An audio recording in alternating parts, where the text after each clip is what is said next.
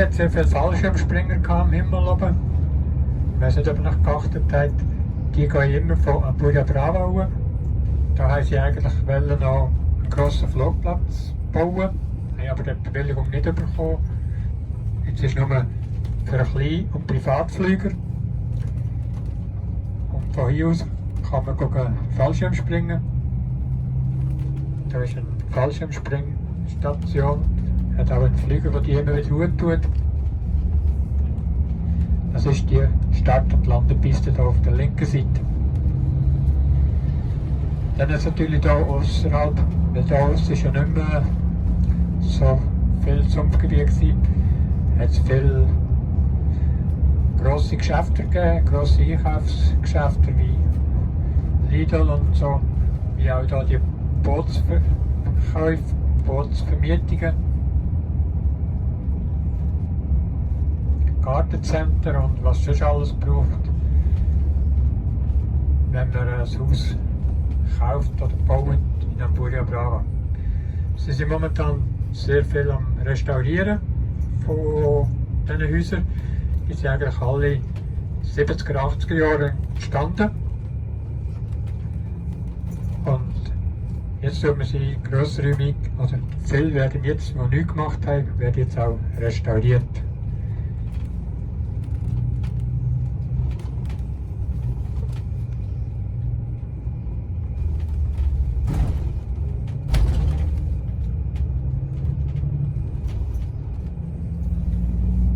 Wir fahren jetzt hier raus, Richtung Meer.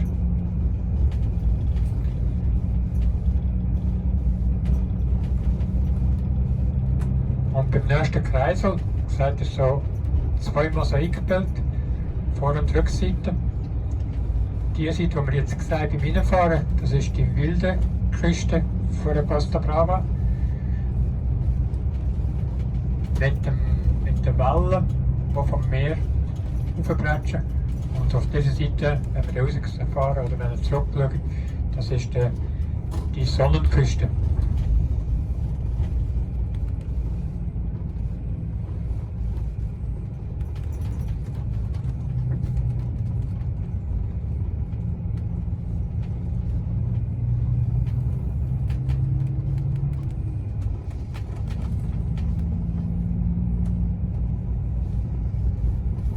Wenn wir jetzt gerade vorher schauen, sehen wir, dass die Strasse so einen Hocker macht, also nicht mehr gerade geht, sondern und dort geht der erste oder der letzte Kanal eigentlich vom Meer her drunter durch.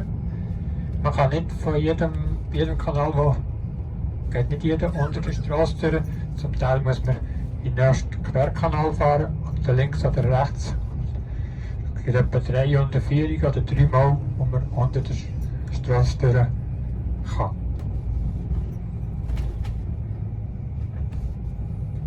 Jetzt seht ihr das schon das erste Mal, jetzt haben wir den, am Kanal eine Reihe Häuser, da kommt der Kanal, eine Reihe Häuser, da kommt eine Strasse, da kommt wieder eine Reihe Häuser.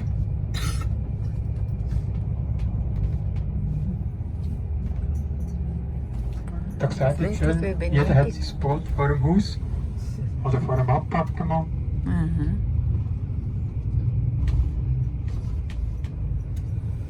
Und jetzt die nächste Reihe, die kann jetzt hier nicht unter der Straße durchfahren. Die müssen jetzt hinterher kehren. Und die links müssen auch gerade wieder zurück in den Hauptkanal, der dann wieder rausgeht.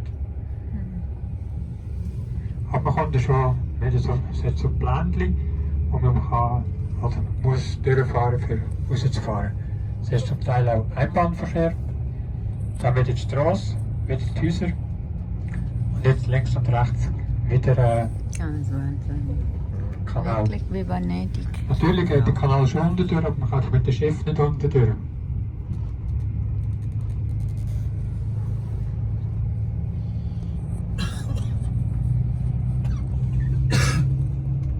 Wie gesagt, viele sind im gleichen Stil gebaut worden, in diesen Reihen, mit diesen Rundtürmen oder eigentlich ist immer pro Kanal fast der gleiche Architekt gewesen, kann man fast sagen.